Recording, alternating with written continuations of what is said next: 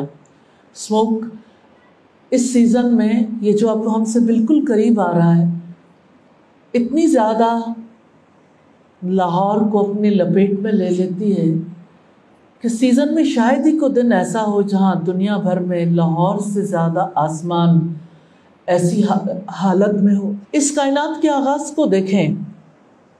ایک دن ایسا تھا جب صرف دخان تھا، دھواں تھا. یہ آسمان اور زمین کی ابتدائی کیفیت تھی جس وقت اللہ تعالیٰ نے کائنات کو بنانے کا آغاز کیا تھا. جب یہ دنیا ختم کرنے کا ارادہ ہوگا، اللہ تعالیٰ پھر ایک بار اسی کیفیت میں لے آئیں گے زمین و آسمان کو. آسمان کا پھٹ جانا یہ ثابت کرتا ہے کہ وقت ختم ہو گیا، اینڈ آف ٹائم ہے. سب کچھ ختم ہو گیا، کچھ بھی باقی نہیں رہا. دنیا میں جو کچھ کرتے رہے، کمایا کھایا، دنیا میں مرضی کے کام کیے، پہنا پہن کے پرانا کیا. جو کچھ انسان کے بس میں تھا، جو کچھ اس نے زندگی کے بارے میں خواب دیکھا، وہ سب کچھ کہاں چلا گیا؟ جب آسمان ہی پھٹ گیا، جب یہ کرۂ زمین بھی پھٹ جائے گی، تب وہ سب کچھ کہاں چلا جائے گا جو ہم نے جمع کیا، جس کے ساتھ ہم نے زندگی گزاری، جس کے لیے وقت لگایا، جس کے لیے صلاحیتیں لگائیں، جس کے لیے جوانیاں لگا دیں، جس کے لیے دن رات ایک کر دیے. ان بادلوں کے بیچ میں، پھٹے ہوئے آسمان کے بیچ میں جو کچھ ہم نے دنیا میں کیا، اس کی کیا حیثیت ہوگی؟ لمحے بھر کو سوچ کے تو دیکھیے.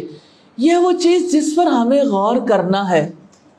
اس محل میں انسان کے پاس کچھ بھی نہیں ہوگا. جو اس نے جمع کیا وہ یہیں رہ جائے گا. پھٹے آسمان، جھڑتے ہوئے تاروں کے بیچ میں اڑتے ہوئے بادلوں کے پہاڑ، تباہ ہوتی ہوئی دنیا، ہر طرف لگی ہوئی آگ، آسمان سے اترتے فرشتے، لگاتار اترتے فرشتے، تباہ ہوتی ہوئی دنیا، ایک آگ جس نے ہر چیز کو اپنی لپیٹ میں لے لیا ہوگا. وہاں لوگوں کی پوری زندگیوں کی کمائیاں جل رہی ہوں گی، کچھ بھی نہیں بچے گا.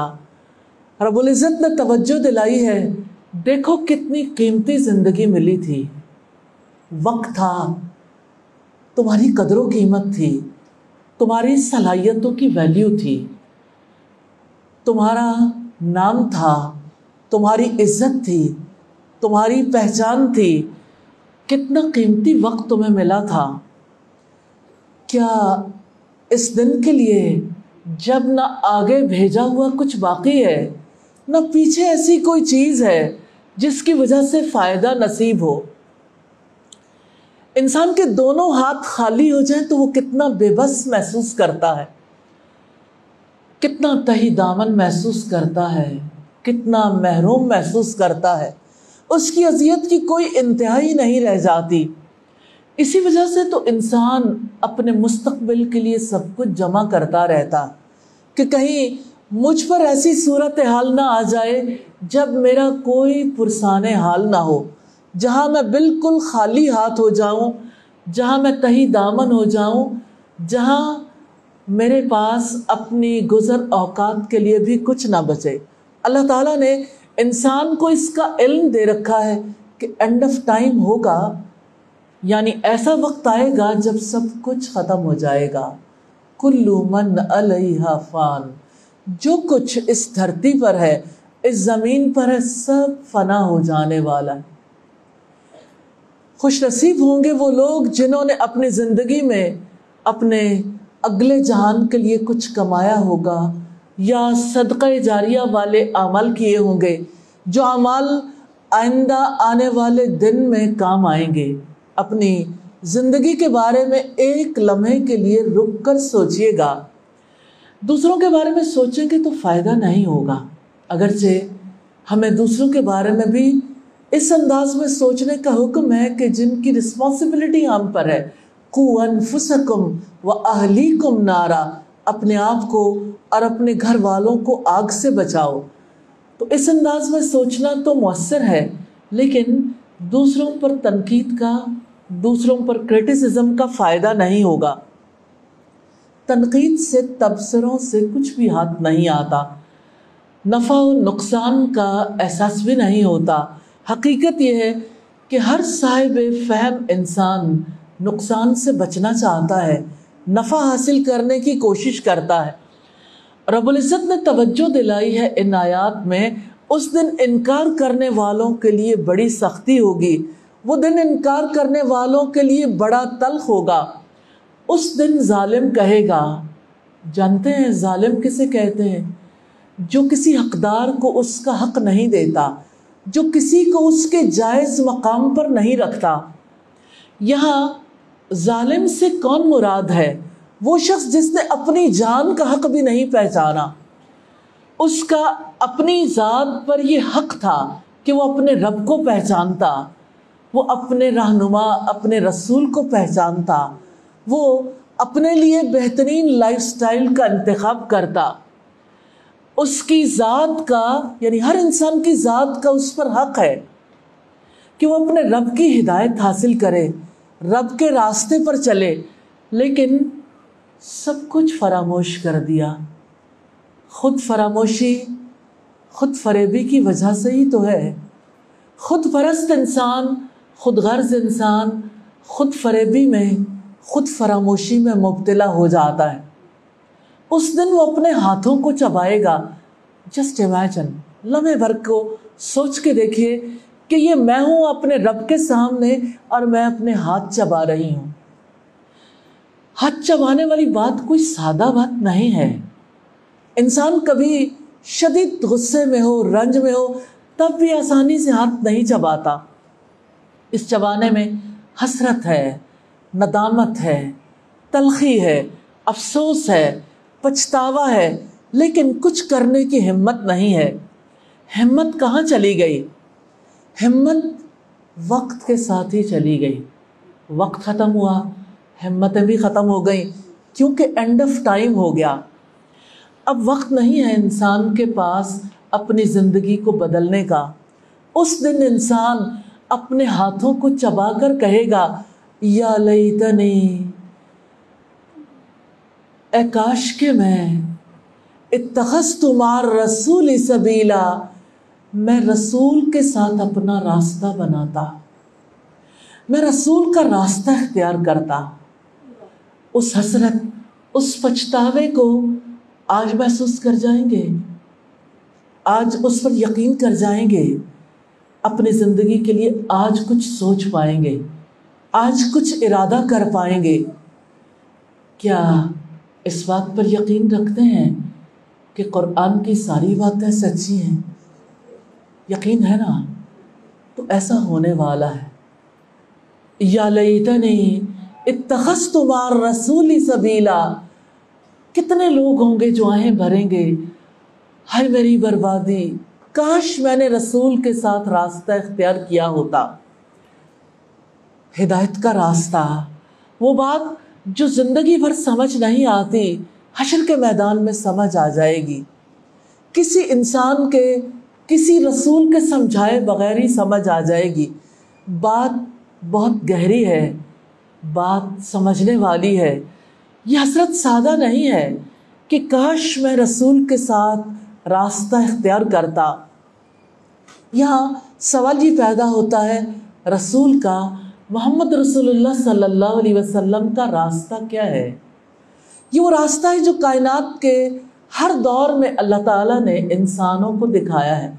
آدم علیہ السلام سے لے کر محمد صلی اللہ علیہ وسلم تک جتنے رسول آتے رہے، وہ یہی راستہ دکھاتے رہے۔ آج اگرچہ محمد صلی اللہ علیہ وسلم ہمارے درمیان موجود نہیں ہے، لیکن وہ راستہ جو انہوں نے دکھایا وہ راستہ موجود ہے۔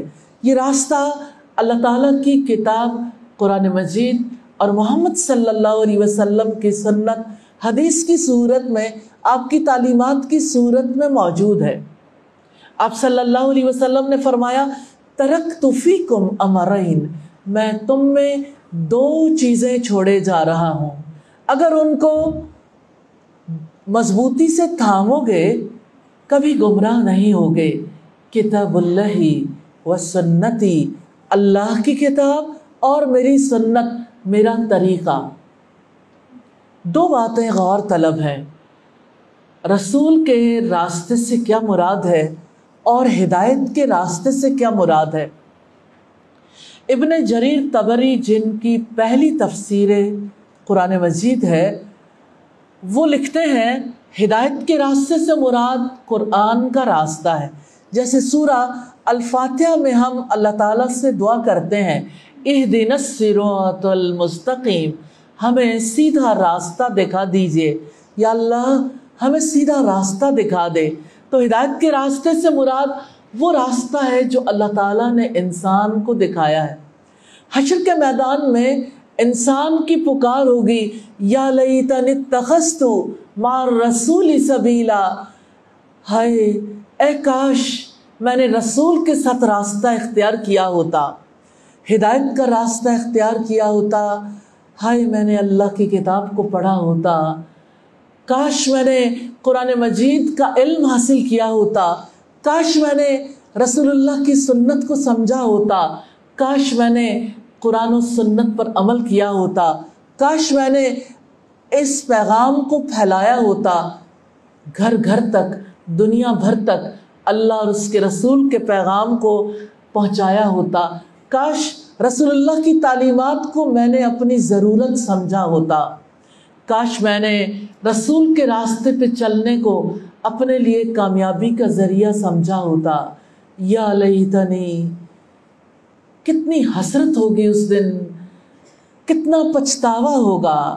اتخذت مع الرسول سبیلا، میں نے رسول کے ساتھ ہدایت کا راستہ اختیار کیا ہوتا۔ رسول کے ساتھ اس سے کیا مراد ہے، بات سمجھنے والی ہے۔ رسول اللہ تو اپنے دور میں تھے، آج رسول کے ساتھ ہدایت کا راستہ ہم کیسے اختیار کر سکتے ہیں؟ رسول اللہ جس راستے پر چلے، جس راستے پر آپ نے اپنے ساتھیوں کو چلنا سکھایا، ان کی تعلیمات محفوظ ہو گئیں، وہ تعلیمات حدیث کہلاتی ہیں، اور حدیث کو یاد رکھنے والوں کے لیے محمد صلی اللہ علیہ وسلم کی دعا ہے اللہ تعالیٰ اس کے چہرے کو روشن کر دے۔ جس نے میری بات سنی، اسے یاد رکھا اور دوسروں تک پہنچایا۔ الحمدللہ، کتنی بڑی بشارت ہے۔ رسول اللہ اگرچہ ہم میں موجود نہیں ہے، لیکن آپ صلی اللہ علیہ وسلم کا کلام، آپ کی تعلیمات ہم میں موجود ہیں۔ سب لوگ اپنی اپنی جگہ مطمئن ہیں کہ ہم نے تو وہی راستہ اختیار کیا ہے جو محمد صلی اللہ علیہ وسلم نے دکھایا ہے۔ ایک لمحے کے لیے رک کر سوچئے، اگر رسول اللہ صلی اللہ علیہ وسلم آج ہمارے درمیان مبعوث ہوتے تو کیا واقعی ہم میں سے ہر ایک کو مسلمان تسلیم کیا جاتا؟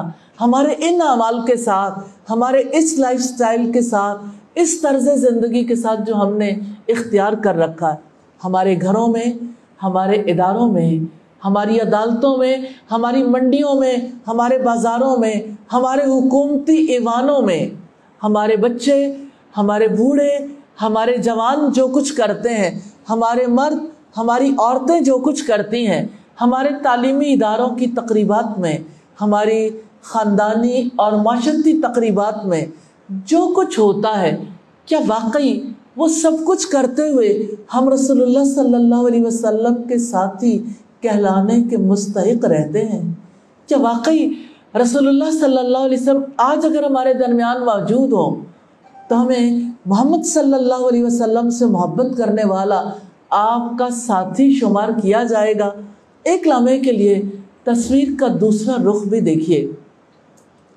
محمد صلی اللہ علیہ وسلم نے ہدایت کا جو راستہ اختیار کیا، دوسروں کو دکھایا، اس راستے کا آغاز کہاں سے ہوتا ہے؟ اللہ سبحانہ و تعالیٰ کے تعلق سے ہوتا ہے۔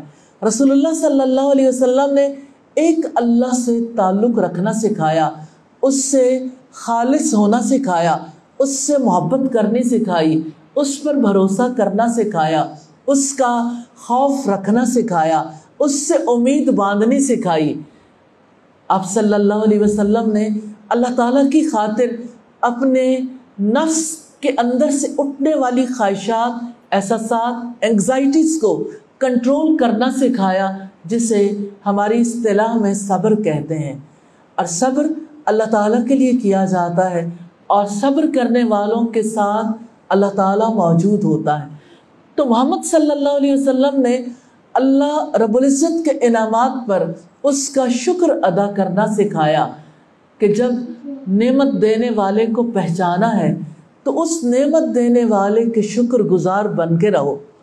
تو اللہ تعالیٰ سے تعلق کی وجہ سے اس کے احکامات کی نافرمانی کبھی نہیں ہوتی۔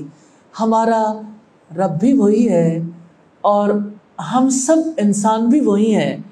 پھر ایسا کیوں ہے کہ کل اللہ تعالیٰ کے ایک حکم کی خلاف ورزی کرتے ہوئے لوگوں کی جان نکلتی تھی، اور آج اس کے احکامات کو پاؤں تلے رونتے ہوئے کسی کو محسوس ہی نہیں ہوتا، اس کو کوئی فرق ہی نہیں پڑتا، اس کو اپنے اسلام پر بھی کوئی فرق محسوس نہیں ہوتا۔ کیا یہ سچ نہیں ہے کہ نماز فرض ہے؟ رسول اللہ صلی اللہ علیہ وسلم کا یہ فرمان سچ نہیں ہے کہ بندے کفر اور شرک کے درمیان فرق کرنے والی چیز نماز ہے؟ کیا محمد صلی اللہ علیہ وسلم نے یہ ارشاد نہیں فرمایا صلو کما رأیتمونی اصلی، نماز اس طرح پڑھو جیسا کہ مجھے نماز پڑھتے ہوئے دیکھتے ہو؟ آپ صلی اللہ علیہ وسلم اور آپ کے ساتھی جن کو آپ نے سکھایا تھا، سب اول وقت میں مسجد کے اندر نماز ادا کرنے کے لیے پہنچتے تھے۔ اور آپ سوچیں، کیا رسول اللہ صلی اللہ علیہ وسلم کے دور میں کوئی ایسا فرد بھی تھا جو نماز نہیں پڑھتا تھا اور اس کو مسلمان تسلیم کیا جاتا؟ رئیس المنافقین عبداللہ ابن ابی 5 وقت کی نماز باجماعت ادا کرتا تھا۔ ایسا نہیں تھا کہ وہ مسجد میں حاضر نہ ہوتا ہو، یا زکوٰۃ نہ دیتا ہو، یا روزے نہ رکھتا ہو۔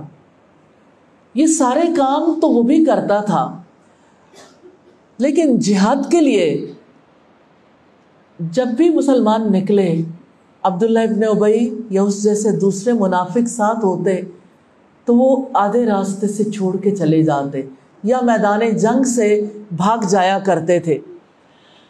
پتہ چل جاتا تھا کہ کھوٹ کن لوگوں کے اندر ہے، کیونکہ میدان جہاد اچھے طریقے سے کھوٹے کھرے کو الگ الگ کر دیتا۔ اس دور میں ان لوگوں کے لیے بہت زیادہ مشکل تھی۔ وہ جانتے تھے کہ اگر نماز نہیں پڑھی تو مسلمانوں میں شمار نہیں ہوگا، سوسائٹی میں ہماری کوئی عزت نہیں رہے گی، ہماری ساکھ ختم ہو جائے گی۔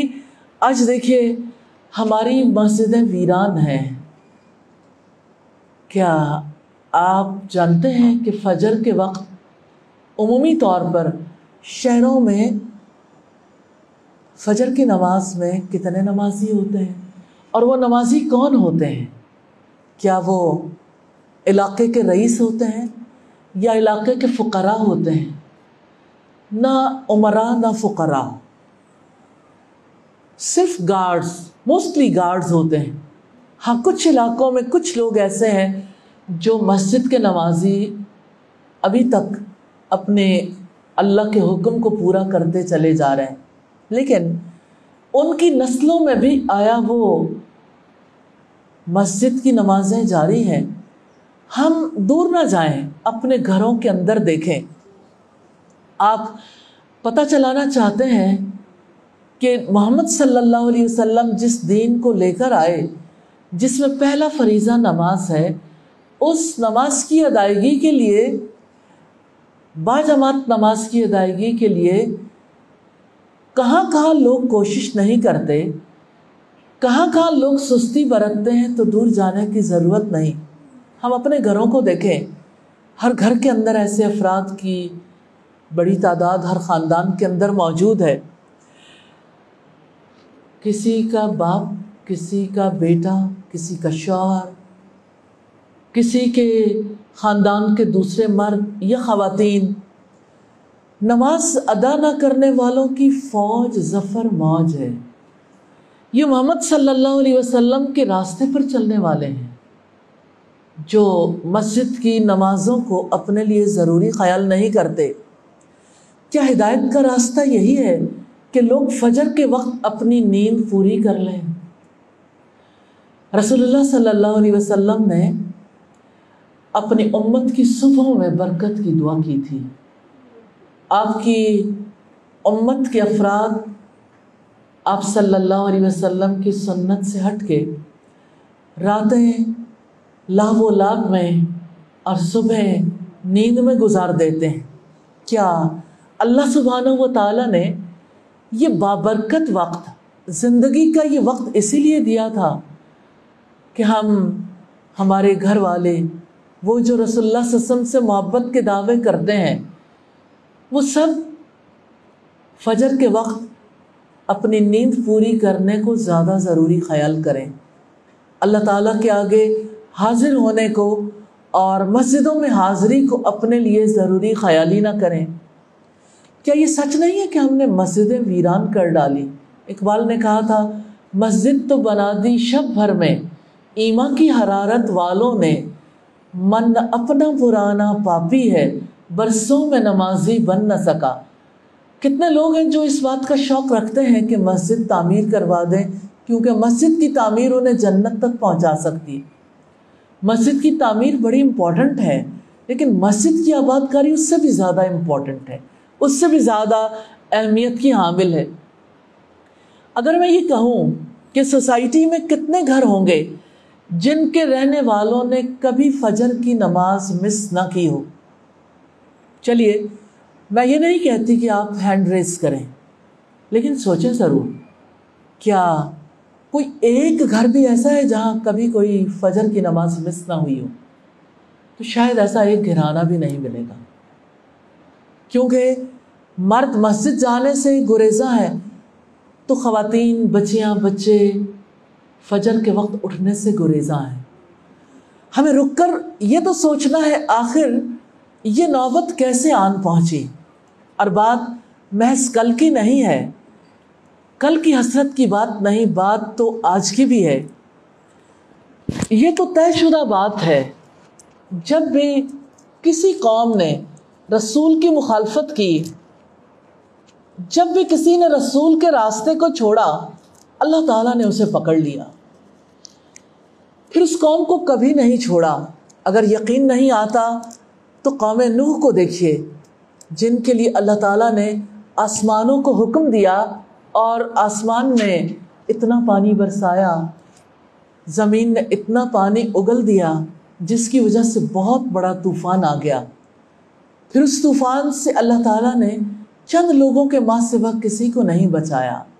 نہ جا اس کے تحمل پر کہ بے ڈھب ہے گرفت اس کی، ڈر اس کی دیر گیری سے کہ سخت ہے انتقام اس کا.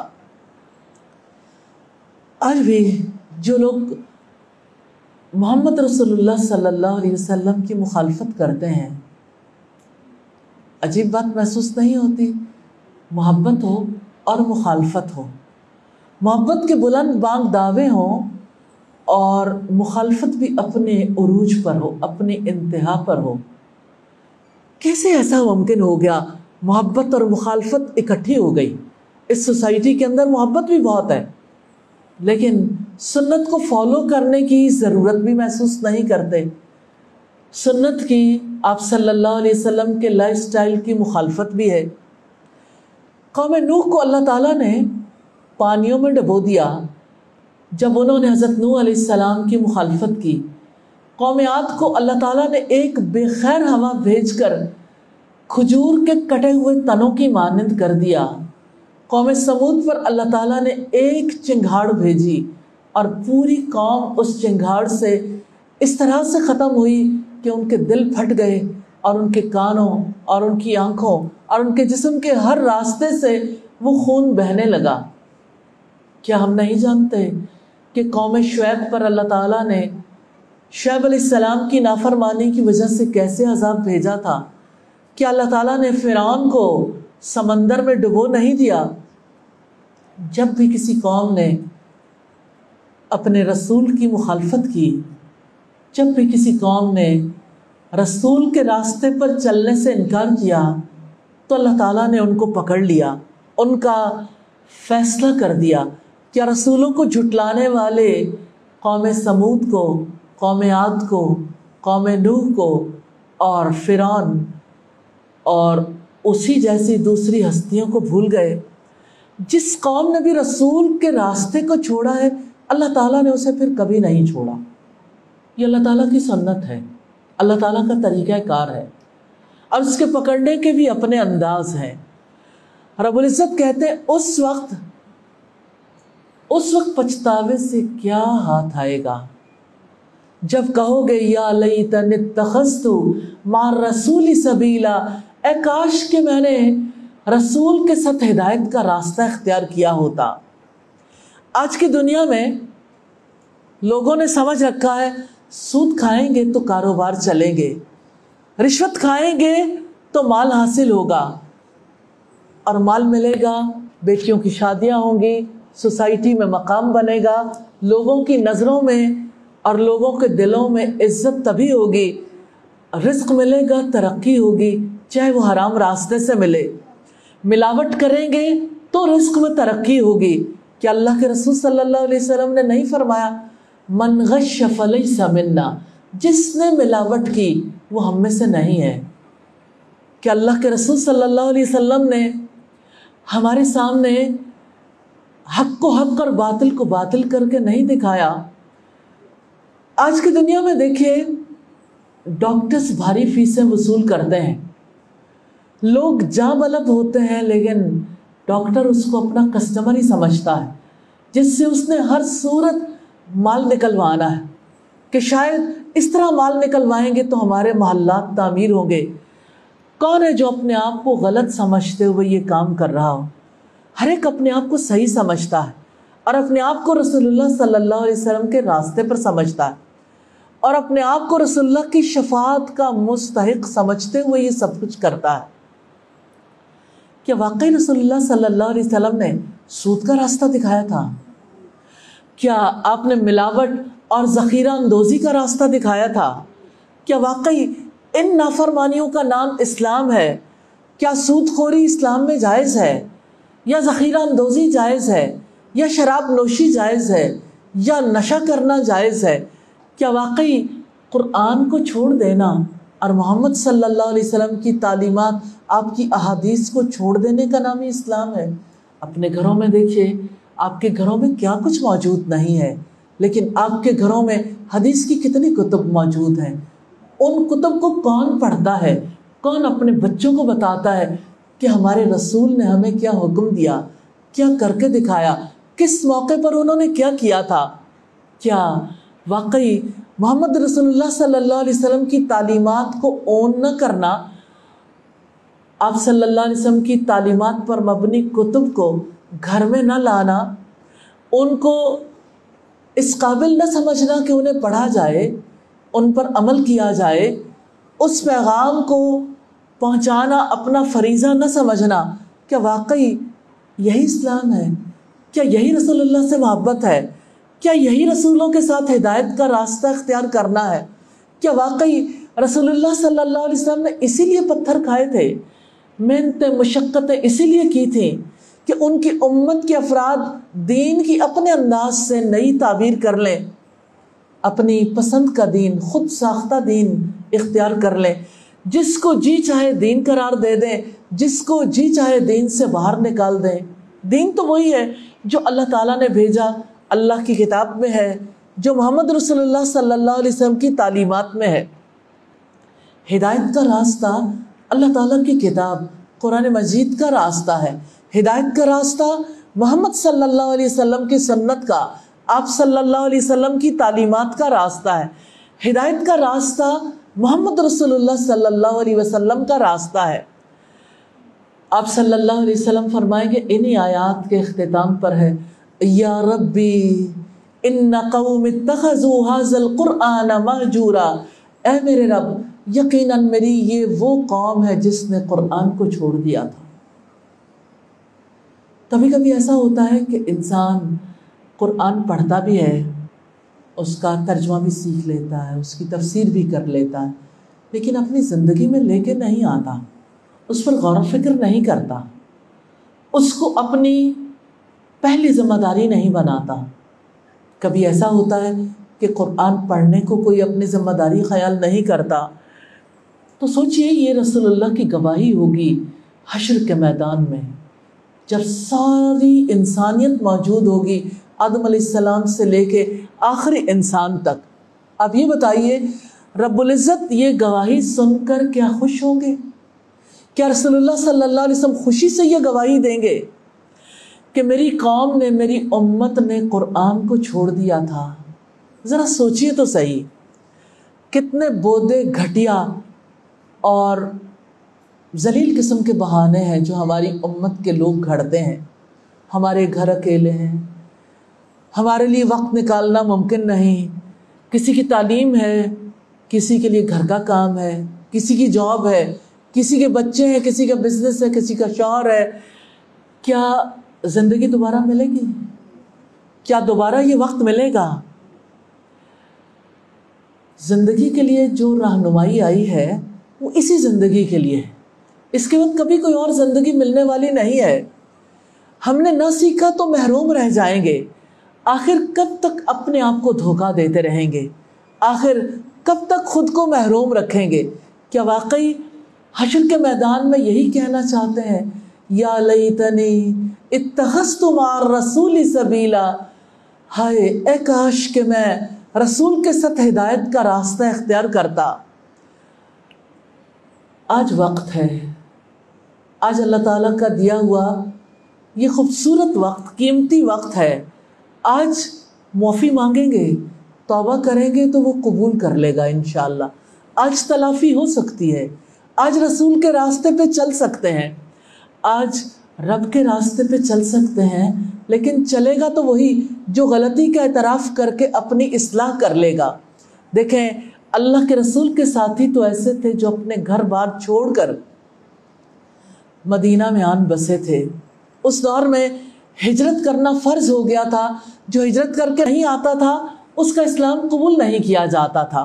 لوگ آتے تھے رسول اللہ سے دین کو بھی سیکھتے تھے، پھر اپنے علاقوں میں جا کر تبلیغ کرتے تھے، دین سکھاتے تھے۔ آج بھی طریقہ کار یہی ہے۔ حقیقت یہ ہے کہ اللہ تعالیٰ سے معافی تب مل سکتی ہے جب اللہ تعالیٰ کے کلام اور محمد رسول اللہ صلی اللہ علیہ وسلم کی تعلیمات کو اپنا لیں، ان کو سیکھیں، ان کو سمجھیں، اسے دوسروں تک پہنچائیں، اپنی ذمہ داری ادا کریں۔ میں ذمہ داری کے حوالے سے کچھ مثالیں آپ کے سامنے ضرور رکھنا چاہتی ہوں۔ محمد رسول اللہ صلی اللہ علیہ وسلم کے ساتھی سیدنا عمر رضی اللہ تعالی عنہ جب تک اسلام قبول نہیں کیا تھا، رسول اللہ صلی اللہ علیہ وسلم کے بہت بڑے دشمن تھے۔ 5 برس کشمکش میں مبتلا رہے اور 5 برسوں کے بعد اپنی بہن کے گھر گئے تو سورۃ طٰہٰ کی وجہ سے دل پگھل گیا، اور پھر محمد صلی اللہ علیہ وسلم کے پاس جا کر آپ کے ہاتھ پہ بیعت کی۔ انہوں نے اور ان کے ایک انصاری ساتھی نے یہ طے کر رکھا تھا، ایک دن میں کاروبار کو جاؤں گا اور دوسرا رسول اللہ صلی اللہ علیہ وسلم کی مجلس میں، اور دوسرے دن میں رسول اللہ کی مجلس میں جاؤں گا اور میرا ساتھی کاروبار کرنے کے لیے جائے گا، لیکن شام کو اس وقت تک اپنے گھروں کو نہیں لوٹیں گے جب تک کہ محمد رسول اللہ صلی اللہ علیہ وسلم کی تمام باتوں کو جو انہوں نے اس دن میں کی ہیں دہرا نہ لیں۔ یہ دین کو سیکھنے کا جذبہ۔ رسول اللہ کے ساتھی ایسے تھے جو رسول اللہ صلی اللہ علیہ وسلم کی ایک ایک حدیث کو سنانے کے لیے، ایک ایک حدیث کو سیکھنے کے لیے سینکڑوں میلوں کا سفر طے کیا کرتے تھے۔ اب سوچئے رسول اللہ کی حدیث کو سیکھنے کے لیے امام بخاری نے گھوڑے کی ننگی پیٹھ پر سینکڑوں کلومیٹر کا فاصلہ طے کیا، اور پھر جب ایک ایسے شخص کے پاس پہنچے جس کے پاس وہ حدیث تھی، وہ اپنے گھوڑے کے پاس تھا اور اپنے گھوڑے کو چارہ آفر کر رہا تھا، اس نے اپنی قمیص کا دامن اس کے سامنے پھیلایا ہوا تھا کہ اس میں سے چارہ کھا لو، جبکہ اس کے پاس چارہ نہیں تھا۔ امام بخاری نے اس سے حدیث نہیں سنی کہ جو شخص اپنے جانور کو دھوکہ دے سکتا ہے، اس سے کیسے توقع کی جا سکتی ہے کہ محمد رسول اللہ صلی اللہ علیہ وسلم کی احادیث کے بارے میں وہ دھوکہ دہی سے باز رہ جائے۔ اتنی چھان پھٹک کرنے کے بعد یہ علم ہم تک پہنچا ہے۔ اور اب سوچئے، سیدنا ابو ایوب انصاری رضی اللہ تعالیٰ عنہ کو آپ جانتے ہوں گے، انہیں ایک حدیث کے بارے میں شبہ ہو گیا۔ جب وہ اس حدیث کے بارے میں سوچنے لگے تو انہیں یاد آیا کہ مجلس میں میرے ساتھ اور ساتھی بھی تھے، لیکن اب وہ مصر چلے گئے ہیں۔ انہوں نے ایک قیمتی گھوڑا خریدا اور اپنے علاقے سے سفر کرنا شروع کیا۔ ایک مہینے کی مسافت طے کر کے گھوڑے کی پشت پر مصر پہنچے۔ ساتھی نے دیکھا، کھل اٹھے، کہنے لگے گھر آ جائیے۔ کہنے لگے، حضرت ابو ایوب انصاری کہتے ہیں میں اپنا سفر کھوٹا نہیں کر سکتا، میں آپ سے پوچھنے کے لیے آیا تھا کہ آپ اس مجلس میں موجود تھے جس میں رسول اللہ صلی اللہ علیہ وسلم نے فلاں حدیث ہمیں سنائی، کیا آپ مجھے وہ حدیث سنا سکتے ہو؟ یا میں آپ کے سامنے وہ حدیث سناتا ہوں، جہاں غلطی ہوئی میری اصلاح کر دینا۔ جب انہوں نے حدیث سنائی تو ان کے ساتھی کہنے لگے واللہ اس میں کوئی شک نہیں ہے، اور اسی طرح یہی الفاظ میں انہوں نے محمد صلی اللہ علیہ وسلم کی ایک ایک بات کو امانت سمجھ کر امت کو پہنچا دیا۔ اب یہ امانت ہمارے پاس آن پہنچی ہے، ہم نے یہی تعلیمات خود بھی سیکھنی ہے اور اپنی نسلوں کو بھی سکھانی ہے۔ ہم نے اسے آگے تھمانا ہے تاکہ سب محبت کا حق ادا کرنے کے قابل ہو سکیں، اپنے آپ کو رب العزت کے پسندیدہ انسان بنانے کے لیے کوشش کر سکیں، جس کے لیے اس نے تمام رسولوں کو بھیجا اور آخر میں محمد صلی اللہ علیہ وسلم کو بھیجا۔ اللہ تعالیٰ سے دعا ہے ہمیں قرآن و سنت کا سچا علم حاصل کرنے کی توفیق عطا فرما دیں۔ اللہ تعالیٰ سے دعا ہے کہ ہمیں ان پر عمل کرنے والا بنا دے اور ہمیں ایسے سچے جذبے عطا کرے کہ ہم قرآن و سنت کو گھر گھر تک، دنیا بھر تک پہنچا دیں۔ آمین ثم آمین۔ سچی بات یہ ہے کہ جو ایک بار اللہ تعالیٰ اور اس کے رسول کی تعلیمات کو پکڑنے کی کوشش کرتا ہے، اللہ کے راستے پہ چلنے کی کوشش کرتا ہے، اللہ تعالیٰ اس کے لیے دنیا اور آخرت میں برکتوں کے دروازے کھول دیتے ہیں۔ اللہ پاک کا فرمانا والذین جاہدوا فینا، وہ لوگ جنہوں نے ہمارے راستے میں کوشش کی، لنہدینہم سبلنا، ہم انہیں اپنے راستے پر ضرور چلائیں گے۔ کلام اللہ کو سیکھیے، کلام نبوی کی صحبت میں بیٹھیے، کلام نبوی کو سیکھیے، انشاءاللہ اللہ تعالیٰ کی رحمتوں اور برکتوں کے مستحق بن جائیں گے۔ اللہ تعالیٰ ہماری غلطیوں سے درگزر فرمائیں، ہمارے لیے علم کے راستے کھول دیں، ہمیں اچھے فیصلے کرنے کی توفیق عطا فرما دیں۔ آمین ثم آمین۔